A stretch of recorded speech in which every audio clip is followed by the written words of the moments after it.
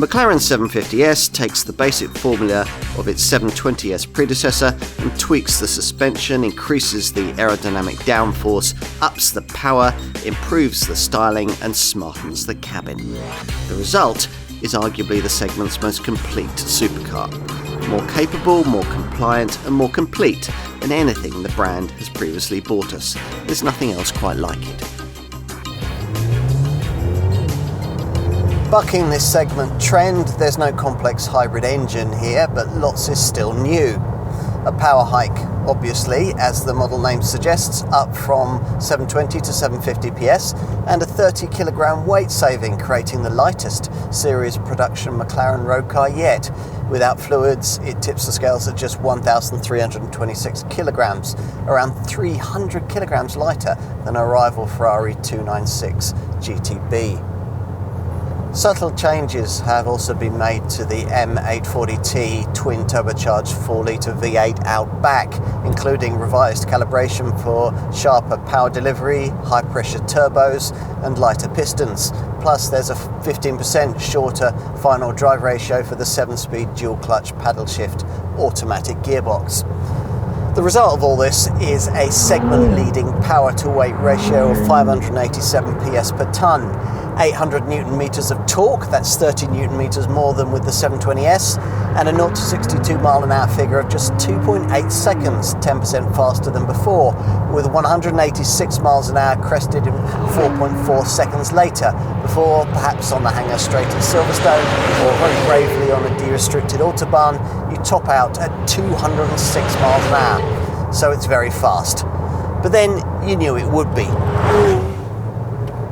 As before, you control the powertrain via 3 selectable settings: comfort, sport and track, which are also your settings for the upgraded handling system, improved here with extensive chassis revisions, a faster steering rack and an enhanced version of the brand's clever proactive chassis control system, which limits body roll.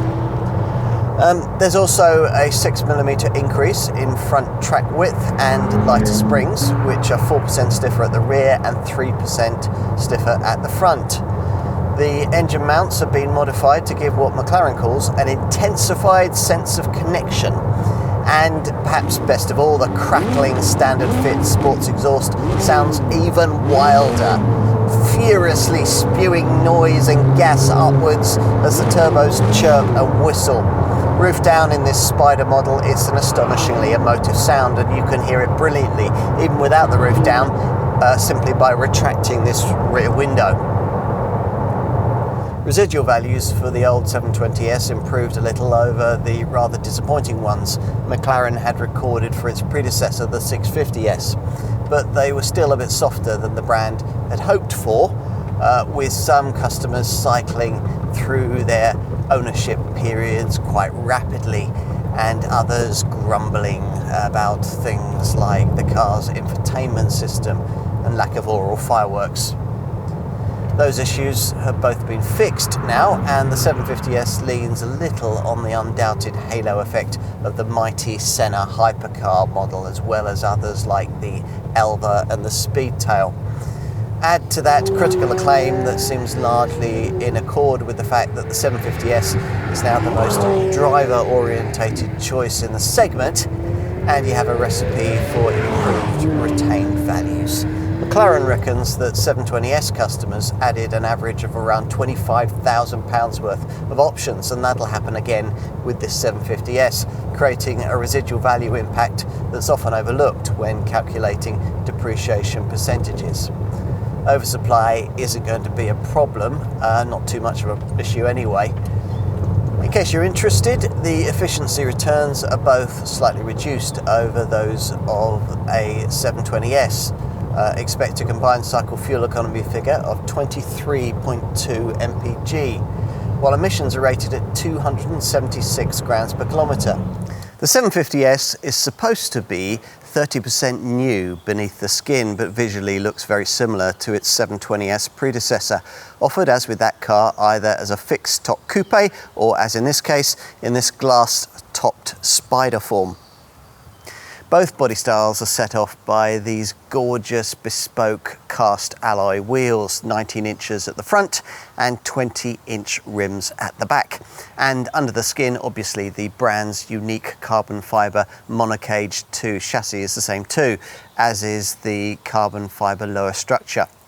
Retained from the old 720S, but now widened, is this ducting built into the double-skinned doors, there to replace the usual side intakes, channeling air into the high-temperature radiators that cool the mid-mounted 4-litre V8 out back. What differs between the two body styles is the bespoke carbon fibre structure that this 750S Spider employs above the engine bay to accommodate both the retractable hardtop and the compact carbon fibre rollover protection system, the latter shrouded by tonneau buttresses that, together with glazed flying buttresses, create a high pressure zone over the rear tonneau cover to reduce rear axle lift. That hardtop, incidentally, operates in under 11 seconds at speeds of up to 31 miles an hour. Driven by 8 electric motors, the operating mechanisms are near silent. As with the old 720S, the front end is dominated by the predatory gaze of these so-called eye sockets, which are cut deep into the front fenders and feature an aero duct to channel air to the radiators. They incorporate digital LED headlights with 17 individual LEDs and static adaptive technology that raises the beam pattern by half a degree for better forward vision when you crest 68 miles an hour. Those headlamps are now slimmer than those on the previous model, part of an uber subtle package of visual updates that also include a restyled front bumper incorporating a larger splitter and bigger air intakes to boost cooling. These lovely little ribbed vents on the front wheel arches are a lovely finishing touch. Here at the back, the evolutionary changes are more obvious. The longer rear deck, this intricate mesh grille and this resculpted bumper which guides airflow upwards, all different. The main change a previous 720S owner would notice, though, is this new central exit stainless steel exhaust, the focal point of the tapering teardrop shape that you see when viewing this car from above. The new tailpipe positioning has allowed this active rear wing, borrowed from the 765LT, to be sighted 60 millimeters higher, and that, together with a 20% bigger wing surface area, allows for greater downforce, additional cooling and extra braking performance. Where improvements over the 720S were really needed, though, was inside. Air ducts aren't the only thing concealed within this car's flanks. The door handles are tucked away here too.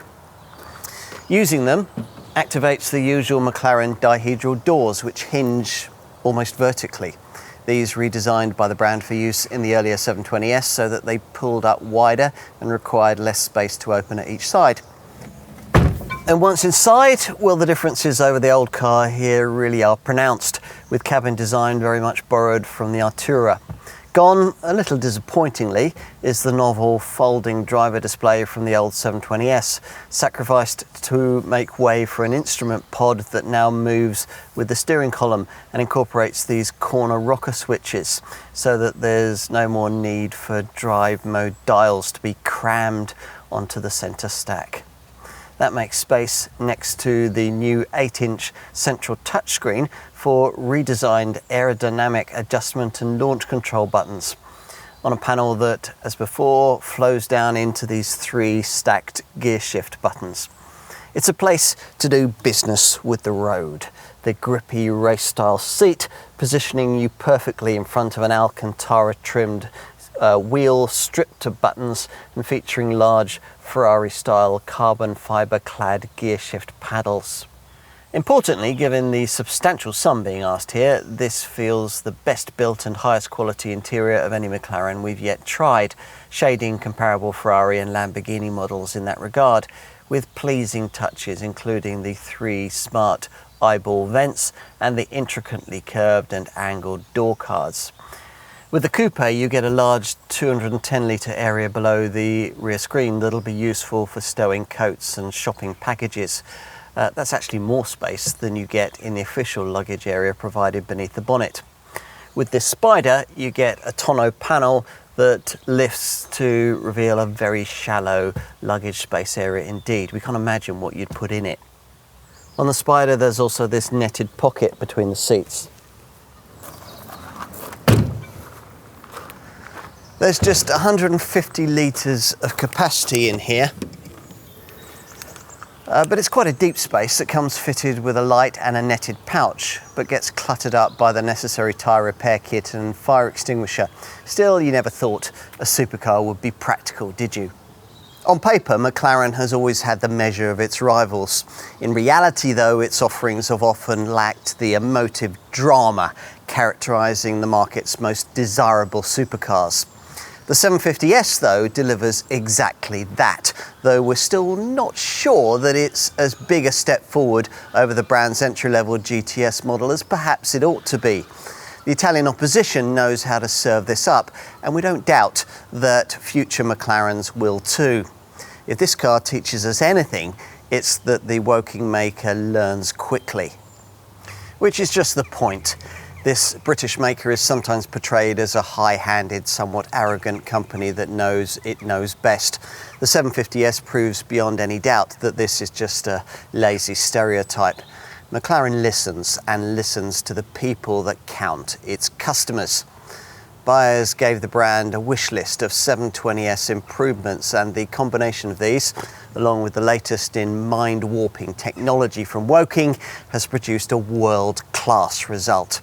Yet all the things we loved about its predecessor, particularly the class-leading ride and the exemplary braking system, have been preserved intact. As we march towards hybridization and full EV powertrains for supercars of this kind, this McLaren is a reminder of more old-school values, which makes it all the more surprising that despite that, in many ways, it still manages to redefine what a supercar should be, beautifully.